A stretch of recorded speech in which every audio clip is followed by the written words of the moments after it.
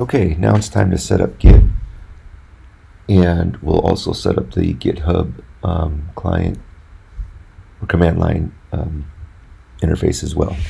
So first things first, let's open up our Ubuntu window.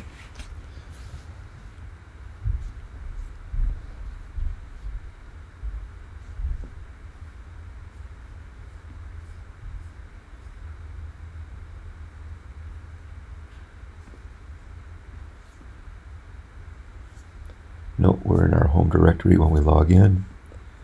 Let's go ahead and install. No, before we install, we should always update. So let's go ahead and update our package repository. Whenever you do a sudo command, you have to enter in your password. So that's what's prompting you there.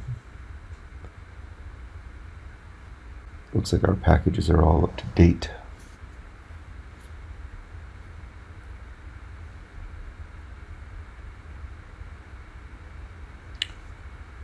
So let's go ahead and install Git now.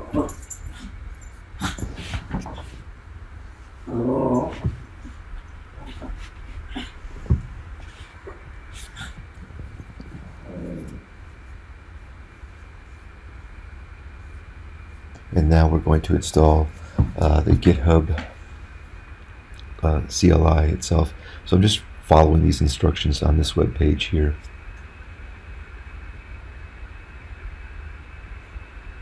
You can do a search for installing GH on Linux and BSD, and that will bring you to that page. So I'm just copying each of these commands one by one, pasting them in my Ubuntu terminal window.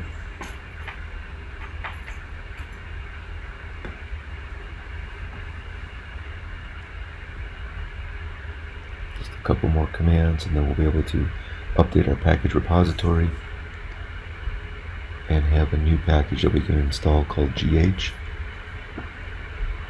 And again, you'll need to install Git before you install GH, so that's why we did it in that order.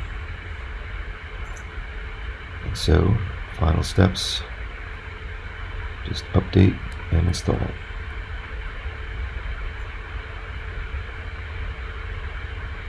So those last few steps basically added some more repositories to app's collection of packages.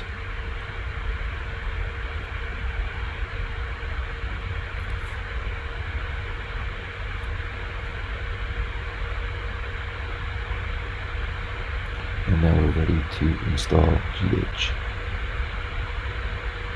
We'll see how we use that in another video.